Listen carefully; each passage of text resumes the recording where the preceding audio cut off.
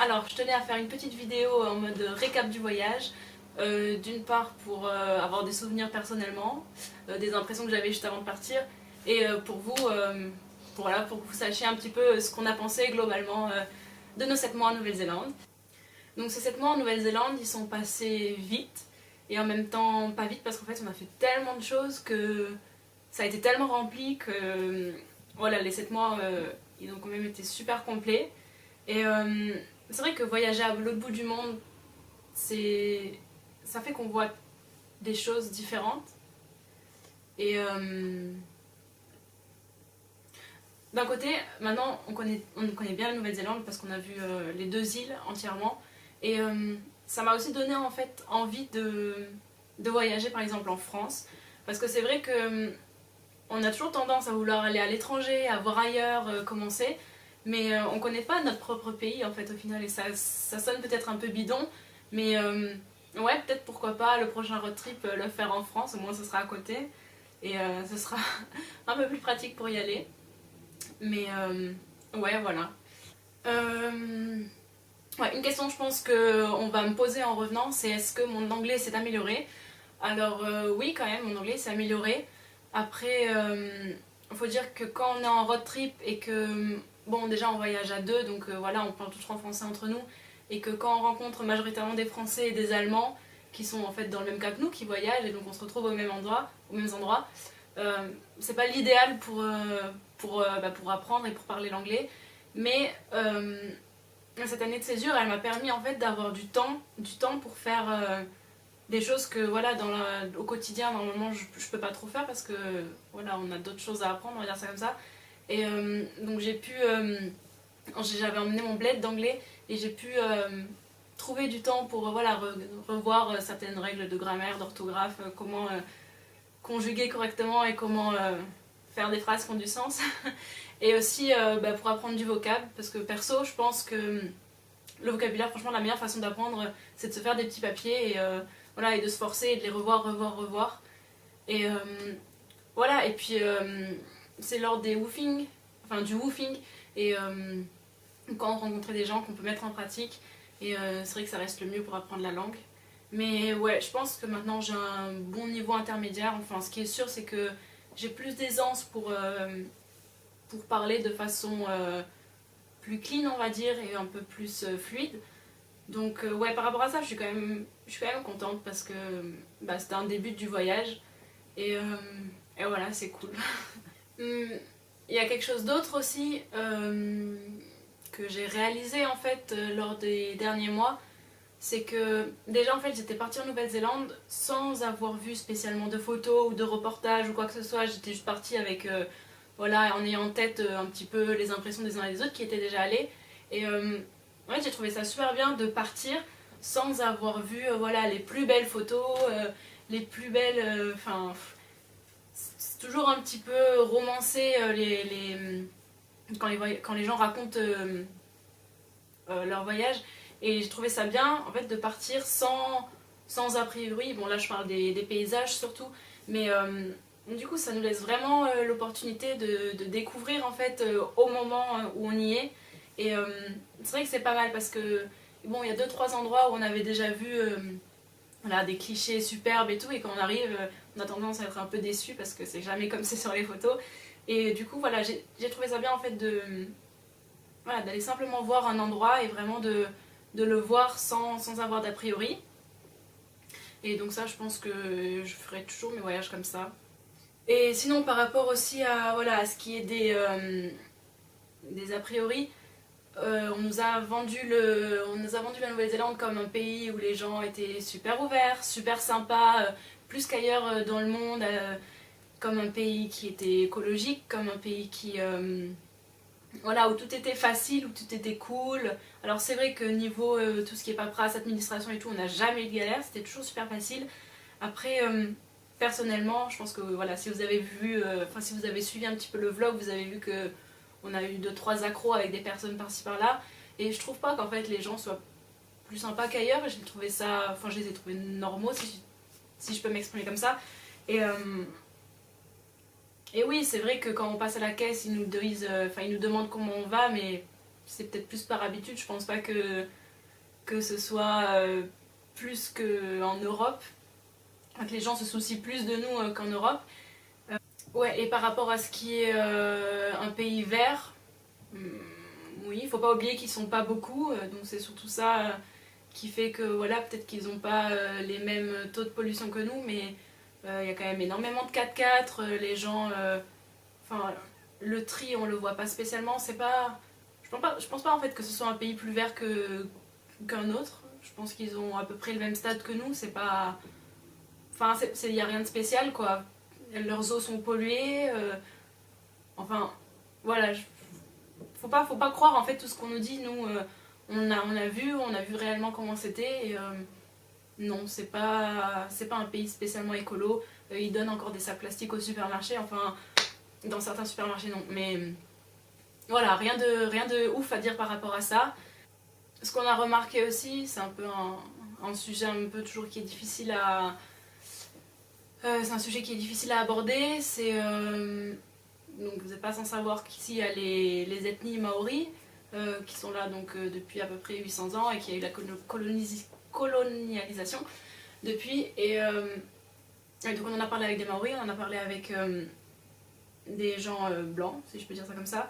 Et non, clairement, il y a un problème d'intégration encore, il y a quand même des différences, il y a des certaines tensions, il y a des modes de vie différents, des traditions différentes, les gens ne se retrouvent pas toujours sur la même longueur d'onde, et ça nous a quand même ouvert les yeux. Je sais pas, j'étais venue sans forcément y réfléchir en Nouvelle-Zélande, mais ouais, quand même, il y a...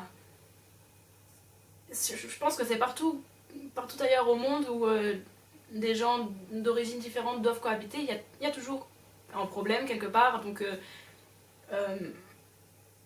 oui, il y a des problèmes d'alcool, il y a des problèmes de gang, il y a des problèmes de drogue. Voilà, c'est comme partout ailleurs. Donc la petite image qu'on se faisait des Maoris comme ethnie traditionnelle, qui vit encore avec la nature et tout, non, ça n'existe plus. Voilà, donc en fait, on s'est rendu compte de ça avec Alban, que on vient dans un pays, on nous a raconté certaines choses, et puis en fait, il faut peut-être aller un peu voir ailleurs. Et ça nous a fait comprendre aussi donc différentes façons de... Enfin, les choses évoluent de différentes manières partout au monde, mais par contre, il y a toujours quand même quelque chose de semblable. Et ce qu'on a remarqué aussi, c'est que la Nouvelle-Zélande, donc c'est un pays très jeune, j'avais jamais... Là non plus, en fait, je m'étais pas là posé la question, je m'attendais pas spécialement à quelque chose de spécial. Et ils ont quand même ce manque de culture comme on a chez nous, je veux dire, on a quand même toute une histoire. Et ouais, on a l'impression que les gens ici sont un petit peu... enfin, ils ont pas ce recul par rapport à plein de choses. Et on se rend compte quand même qu'on a énormément de chance d'être né en Europe et d'avoir... je sais pas comment expliquer, c'est plus profond, je peux pas juste expliquer comme ça et que ce soit clair, mais on a ce recul vis-à-vis des choses, donc que ce soit au niveau de la société, au niveau des relations sociales, que ce soit en fait au niveau de plein de choses, même les centres-villes ici n'ont absolument pas de charme.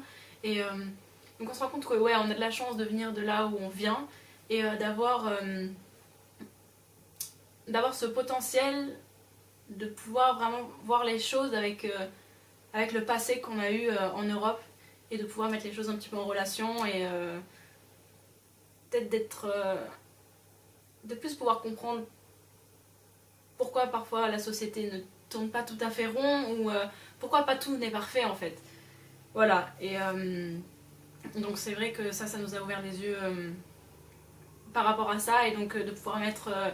voilà, de pouvoir avoir cette comparaison entre la Nouvelle-Zélande et par exemple les pays en Europe, c'est quand même super intéressant.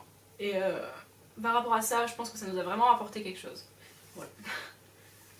Donc ouais, je pense quand même que la meilleure façon de voyager, c'est voilà, d'aller dans un pays sans avoir forcément d'a priori, sans s'attendre à voir des choses, et donc de ne pas avoir une certaine déception, et de pouvoir vraiment voir les choses telles qu'elles sont.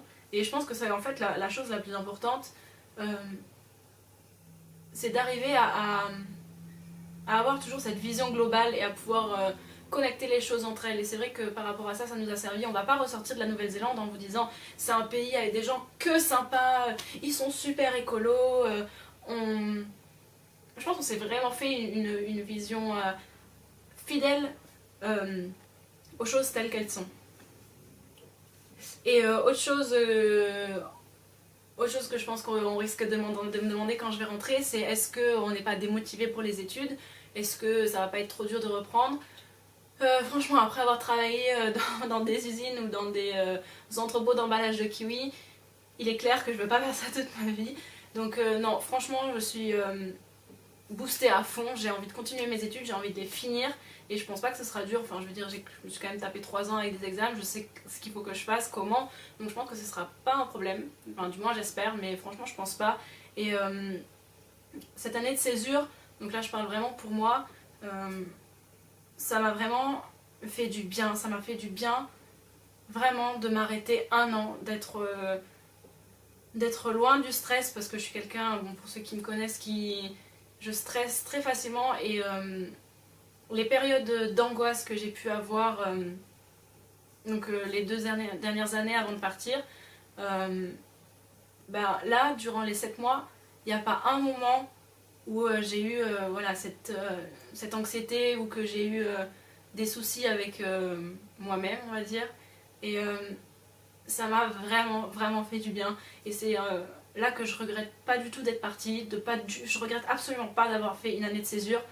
Vraiment, je pense pas que j'ai perdu du temps. J'ai compris d'où pouvait venir mon stress quand j'en ai. Et donc vraiment, je conseille, enfin si je peux conseiller à des gens qui sont, je sais pas, en train de faire des burn-out ou qui ont des soucis, je sais pas. En tout cas, si vous pouvez prendre du recul, faites-le. Enfin, honnêtement, ça m'a vraiment fait du bien, vraiment. Par rapport à ça, je suis vraiment super contente. J'espère que je vais pouvoir gérer mieux les 2 dernières années d'études qui me restent. Donc, bon, ça fait partie du jeu, mais vraiment par rapport à ça, c'était vraiment bien, quoi. Et aussi un autre petit sujet, c'est donc avec Alban, clairement ça n'a pas été évident tout le temps d'être confiné dans la voiture, surtout à deux. Mais alors si je parle de mon point de vue personnel, ça nous a quand même permis, en fait, vu qu'on n'avait pas d'échappatoire, il n'y a aucun moment où je pouvais me dire bon allez ciao, je m'en vais, je me casse, tu m'as saoulé. Ça nous a quand même vachement permis en fait de devoir parler entre nous, de devoir parler quand on avait voilà, des petits accros, quand il y avait quelque chose qui allait pas. On était vraiment forcés à la communication, et avec ça c'était le seul moyen de s'en sortir. Et je pense que ça nous a énormément appris sur nous-mêmes quand même. Ça fait peut-être un peu cliché dit comme ça, mais c'est vrai. Ouais, je pense que ces 7 mois ils nous ont énormément rapprochés, et que ça nous a beaucoup plus aidé que si voilà, on était restés chacun dans nos pays à se voir les week-ends. Je pense que vraiment c'est pas mal. Et globalement, perso je trouve quand même que ça s'est super bien passé entre nous. C'était pas évident, et voilà. De toute façon j'ai toujours su que c'était une des personnes avec qui je pouvais partir. Je sais pas, donc c'était un peu... voilà, par rapport à ça c'est vraiment cool. Voilà, je suis super contente de ça. Oui, et d'ailleurs, on a vendu la voiture, on a vendu notre voiture à un Français qui est sur Wellington, qui est là aussi, qui vient d'arriver. On a réussi donc à lui filer. On l'avait acheté 1700 €, on l'a revendu 1100 €. Franchement, c'est pas mal. En fait, vu que c'est l'hiver, il y a plus beaucoup de jeunes qui viennent en Nouvelle-Zélande en ce moment. Donc c'était un peu compliqué de trouver des acheteurs, mais lui, il a vu la voiture, il a dit oui, c'est une bonne affaire. Il était content, du coup, ça s'est bien goupillé. Parce qu'on n'avait pas beaucoup de demandes, on se disait, enfin on n'était pas trop sûr qu'elle allait partir, mais au final on lui a donné les clés hier, et là cet après-midi on va prendre notre vol pour rentrer en France. Et donc par rapport à ça, ça s'est bien passé.